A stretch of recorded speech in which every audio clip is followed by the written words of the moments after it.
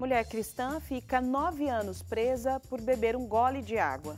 Estereótipos raciais podem prejudicar desempenho de alunos em sala de aula. Vamos falar também sobre o rompimento da barragem de Brumadinho, que completa um mês, e de Mariana, que há 3 anos tenta reparar os danos causados pela tragédia. Esses e outros assuntos você acompanha agora no Redação Novo Tempo.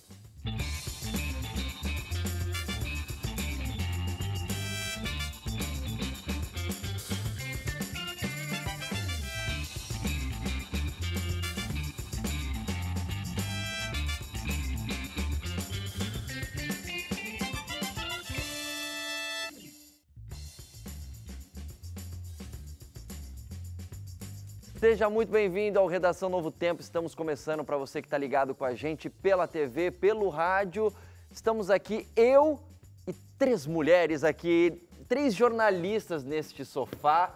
Vocês é que comandam esse programa. Eu que estou começando o programa aqui, mas na verdade quem está mandando são vocês, não é verdade? Ainda bem que você sabe. Ah, é isso aí.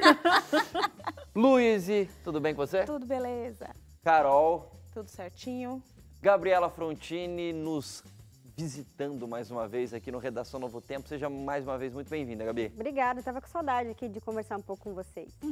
Tá certo. Bom, e a gente quer pedir a sua participação também pelas redes sociais.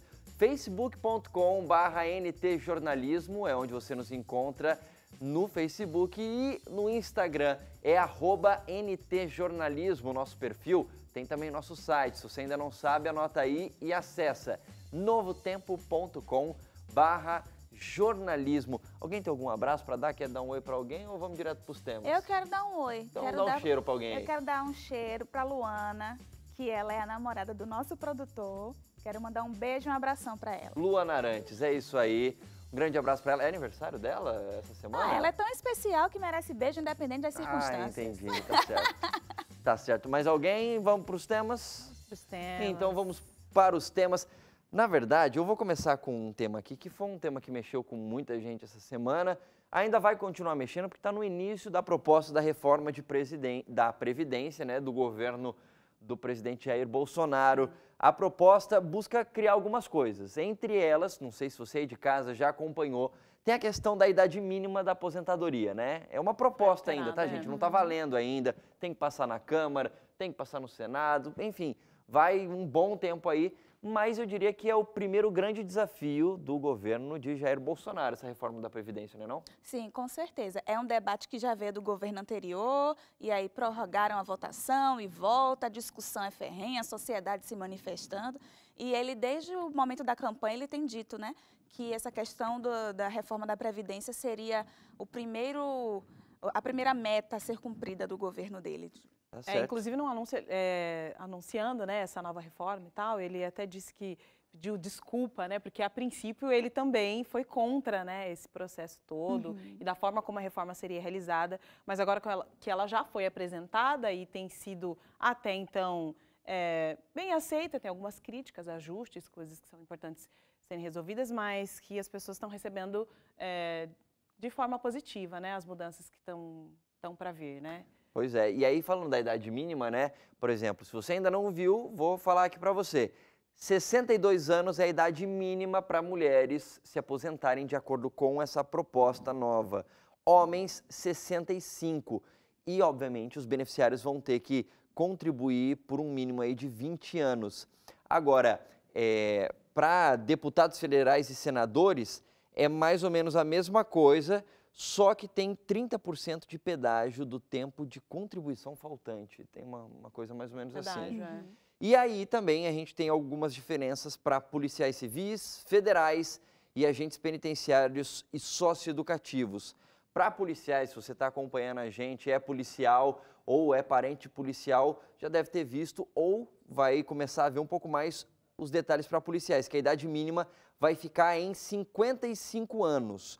O que muda, então a idade mínima é a mesma para homens e mulheres, o que muda é o tempo de contribuição, no caso desses profissionais, né? 30 anos de contribuição para homens, 25 para mulheres e no tempo de exercício aí da profissão, 20 anos para eles, 15 para elas. E para agentes penitenciários e socioeducativos, os critérios vão ser praticamente os mesmos, excetuando o tempo de exercício de 20 anos para ambos os sexos. E aí, Forças Armadas, bombeiros militares... Você também falou sobre o pessoal que trabalha na zona rural, né? Também não teve uma mencionei mudança. especificamente. Se não me engano, é 60 anos, né? Para homem e para mulher. Ok, a mesma idade. A mesma idade para homem e para mulher, para quem trabalha na zona rural. Okay. E tem aquela questão também do direito adquirido, né? Tem pessoas que estão à beira, então tem um processo diferenciado para esse grupo. Dá para você pesquisar um pouco mais. Na hora que estava começando o programa, eu perguntei para as meninas aqui se elas tinham entrado naquele site que eles criaram um método fácil para você ver com quantos anos você vai se aposentar de acordo com essa proposta nova. E aí tem um monte de gente que já faz e aí já coloca... É que tá tão longe para mim, eu sou tão nova, tá tão distante, que eu não quero pensar nisso agora, eu não vou olhar isso. Entendi, tá certo. Mas tem que se preocupar desde agora, né? Tem que se preocupar desde agora pra gente ficar tranquilo, quando estiver na terceira idade. Esse é o canal da esperança, mas eu não tenho muita esperança não, sabe, gente? De me ver aposentada assim, curtindo a vida, viajando, pá. Eu tô esperando que Jesus volte antes de eu me aposentar, acho que é melhor assim. É melhor assim, né?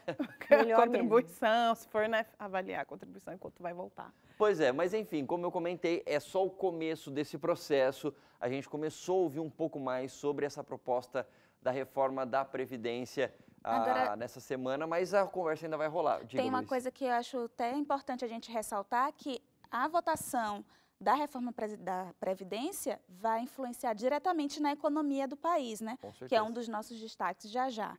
Então, é muito importante esse debate, é muito importante a gente saber direitinho o que é que significa, o que é que representa, a gente cobrar também a questão das auditorias em várias empresas, se estão contribuindo, se estão pagando, se não estão, porque isso afeta diretamente as contas públicas e aí a gente já sabe, né, a questão da economia, empregabilidade, inflação, está tudo ali conectado. É isso mesmo. E ainda continuando a falar sobre governo federal, Gabriela Frontini tem um destaque que tem a ver também com a presidência da República. Jair Bolsonaro, que exonerou, basicamente demitiu, né, o Gustavo Bebiano, que era o presidente do partido que lançou o Bolsonaro à presidência no ano passado.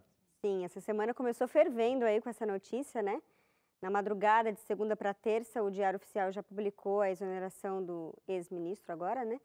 Mas tudo começou porque já existia uma crisezinha no partido, porque houve uma denúncia de que o PSL estivesse envolvido em corrupção no seguinte sentido, de mandar um dinheiro para candidatos laranjas, de deputados federais, enfim. Então já estava uma crise meio instaurada, daí veio o vazamento de áudios pelo WhatsApp do Gustavo Bebiano. Acusado, na verdade, né? Acusado. Com o presidente acusado. E aí foi aquele rebuliço, né? Porque ele disse ele disse ter falado com o presidente 3 vezes durante um dia e o filho do presidente, Carlos Bolsonaro, disse que ele não falou porque ele esteve 24 horas ao lado do pai.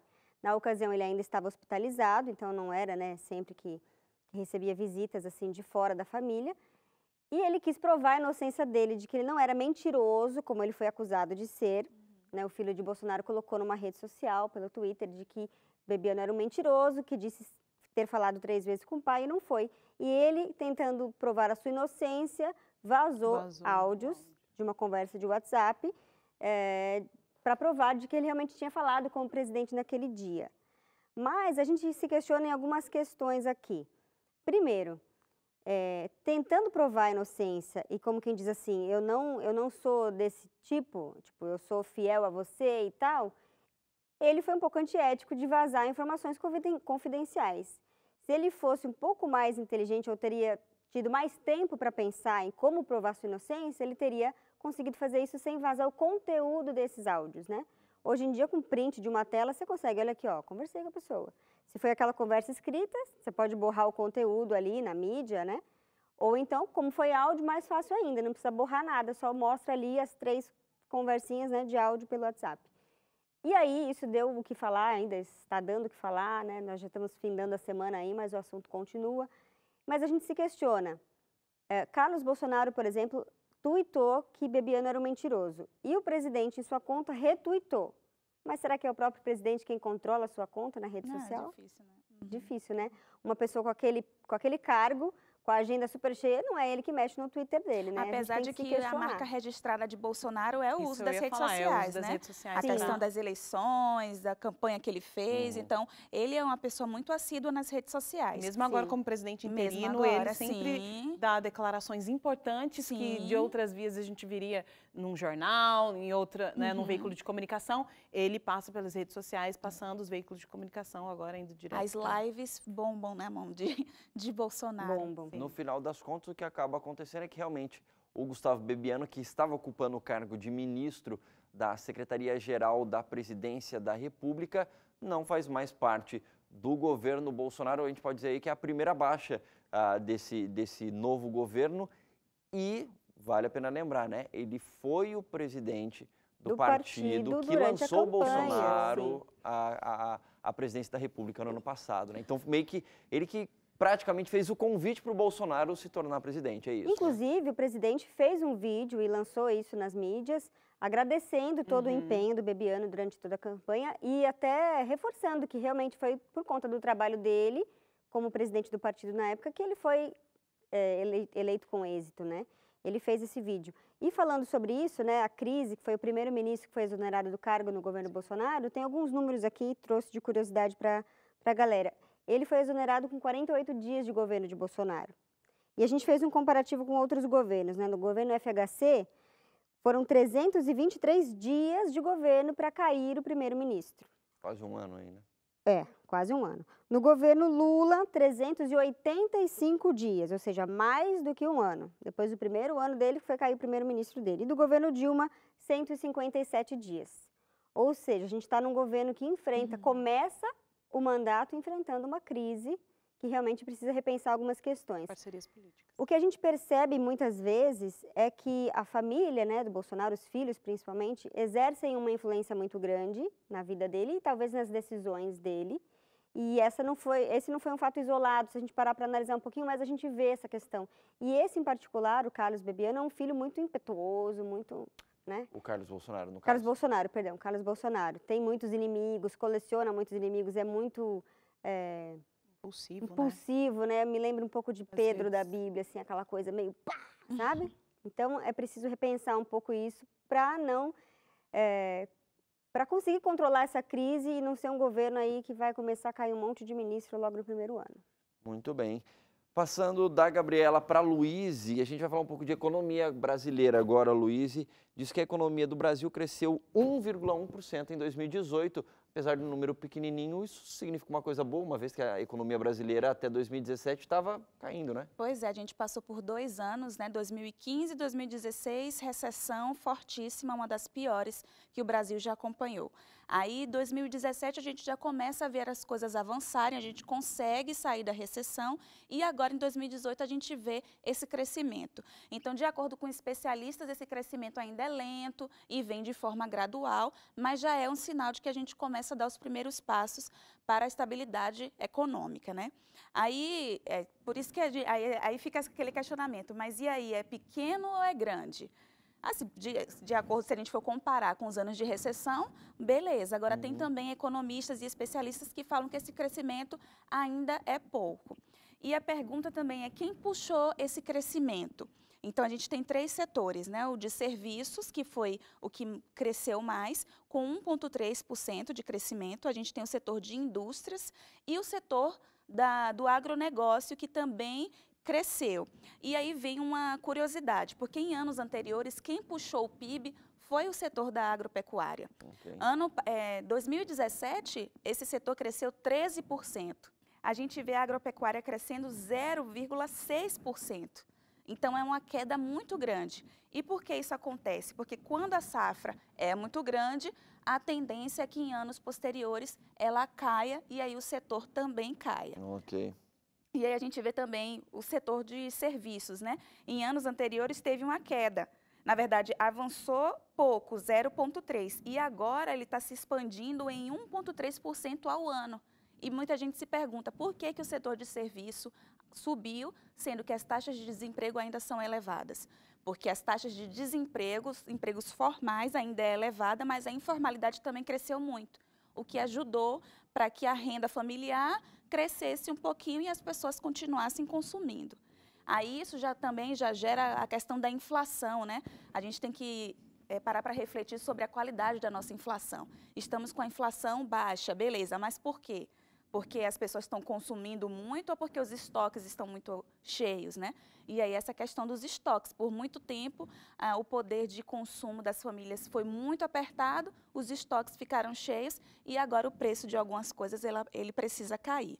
Então, é aquela coisa, né? A economia sempre é uma balança, e como citei antes, tem essa questão da reforma da Previdência, mas aí a gente vê a confiança dos investidores aumentando, a gente vê a confiança dos empresários também para aumentar a contratação, então a expectativa é de que continue crescendo. Tem um outro dado aqui, que o que eles esperam? Um crescimento de 0,4% na agricultura para o ano que vem, e políticas de incentivo para a gente continuar nesse ritmo, né, de crescimento da economia. Acho que um ponto que foi vantajoso nesse ano, em fevereiro, né, eu estava lendo alguma coisa sobre economia, e estava dizendo que o IPCA, né, Sim, que é o índice de preço do consumidor, do consumidor, né, ou seja, aquelas continhas básicas, né, de alimentação, educação, moradia, teve a maior queda desde 94, desde o Plano Real, né, de 94. Então,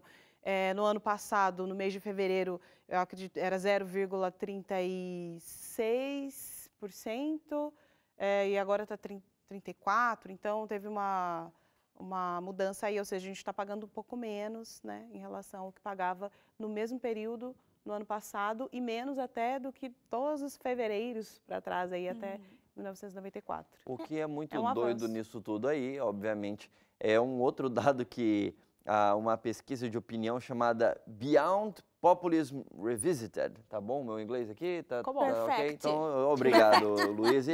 Foi Very feito good. pela empresa de pesquisas a francesa Ipsos, diz que de 24 países que foram pesquisados, o Brasil é o que tem a população mais pessimista. Aqui no Brasil, 7 em cada 10 brasileiros nesse momento dizem que o Brasil está em declínio. Isso tende a se tornar um lugar pior no futuro. O pessoal está bem pessimista, mas, obviamente, tem alguns dados que dão um motivo para ser Mas eu acho que mais do que pessimismo, né? Tem alguns outros programas para trás, aí nós falamos um pouco sobre essa falta de noção que muitas pessoas têm da realidade econômica, país, política, social. O importante é crescer, gente, né? É um pouco, mas a gente está no caminho, né? Mas Graças a assim, Deus, porque tá andando. hoje a gente tem um dado do IPEA. Então, a inflação para famílias que têm baixa renda aumentou. A gente vê o caso aí da Ford aqui no interior de São Paulo, que demitiu muitas pessoas. Muita gente saindo de empregos formais para empregos informais. Se a gente for fazer um balanço da população brasileira, a maioria, classe média para classe baixa, tem sentido. Entendeu? O gás de cozinha, a questão do combustível. Então, realmente, é um absurdo, né? de fato, a gente sente o crescimento da economia, mas ele ainda é muito tímido. Ainda é de forma muito lenta. O setor imobiliário aqui em Jacareí, por exemplo, você roda nas cidades, você vê várias placas de vende-se, várias placas de aluga-se, gente saindo do aluguel ou alugando o seu imóvel e indo morar com família. Então, realmente, a condição ainda não está estável para a gente. E junta com a questão do brasileiro não ser aquela pessoa que sabe muito bem administrar os seus recursos, né? Pelo contrário, a maioria, a gente já falou também aqui no Redação, no jornalismo como um todo, de gente que não sabe direito onde vai o dinheiro que ganha. Então, uma vez que você não sabe se controlar direito, você não consegue administrar a sua vida bem. Aí você não consegue sentir Ainda mais nesse período, se o negócio está indo bem, se o negócio está indo mal, né? Esse é um período que a gente precisa estar mais regrado financeiramente. Agora, para terminar esse bloco, Carol, tem um destaque que, na hora que começou o programa, eu fiquei curioso aqui, inclusive, que uma mulher cristã paquistanesa vai ter que passar 9 anos na prisão porque ela tomou um gole de água. Meio parece invenção, fake news, é verdade isso aí, Carol? Isso é verdade. Na verdade, ela não vai passar, ela passou 9 anos na prisão. Ela passou 9 anos. Okay. Esperando o veredito que era de morte. Hoje no Paquistão nós temos faz parte do Código Penal, eles chamam a Sharia, né, que é a lei que se baseia o Código Penal do país, que transforma as leis, que tem para as leis de blasfêmia contra a religião, Maomé, o próprio Islã e outras composições da cultura, que tem a questão da morte como resultado da infração desse tipo de lei, né? Então, o que aconteceu no caso dessa mulher, que eu que queria é a saber, Zia ela bebeu Bibi, água? Por que a Zia Bibi, pecado ela estava beber água? numa comunidade, que chamava Lohara, né? Bem próxima, uma cidade bem influente comercialmente ali no Paquistão. E ali, ela, na zona rural, com alguns muçulmanos e ela cristã, eles pediram para ela buscar água, porque essa é a prática da cultura, né? Que o cristão, eles entendem que o cristão estão abaixo, né? Enfim, de uma hierarquia, né? Da comunidade. Então, ela foi lá, buscou água e ela bebeu água antes de dar para eles. E isso foi tido como uma afronta para aquela cultura. Então, como ela bebeu água e passou a água para eles, falaram, não, ninguém vai beber água aqui, depois de um cristão ter bebido água. Então, essa é uma lei muito forte, parece chocar a gente, mas isso acontece em muitos outros países em que os partidos islâmicos têm força, né? Inclusive, essas leis foram instituídas, por exemplo, a lei contra a lei de blasfêmia foi instituída no país. Isso foi inserido no Código Penal em 1986, né? Ou seja, vem de longe isso, mas é a primeira vez que uma mulher seria condenada, executada. Nossa. Porque de lá para cá, mesmo com todos esses anos de lei, nenhuma execução havia sido realizada, mas com essa questão, outro partido, outro político, né, quis defendê-la e ele foi assassinado por ter defendido e tal. Então, gerou uma comoção mundial, né? Então, houveram manifestações de cristãos, o Papa, inclusive, se posicionou diante dessa situação em todo o mundo e eles entraram em contato até com a ONU e tal, para falar sobre esse assunto. A ideia é que, daqui para frente, eles desejam mudar isso, que é mais do que uma lei, é uma cultura, né, daquele país. Muito bem, a gente vai para um rápido intervalo aqui no Redação Novo Tempo e o assunto do próximo bloco é a tragédia de Brumadinho, que vai completar um mês no próximo dia 25 de fevereiro. Mas a gente também vai discutir outras tragédias, como a de Mariana, que já se passaram alguns anos e pouca coisa mudou de fato na vida dos moradores daquela cidade, daquela região. São só 2 minutinhos. O Redação volta já.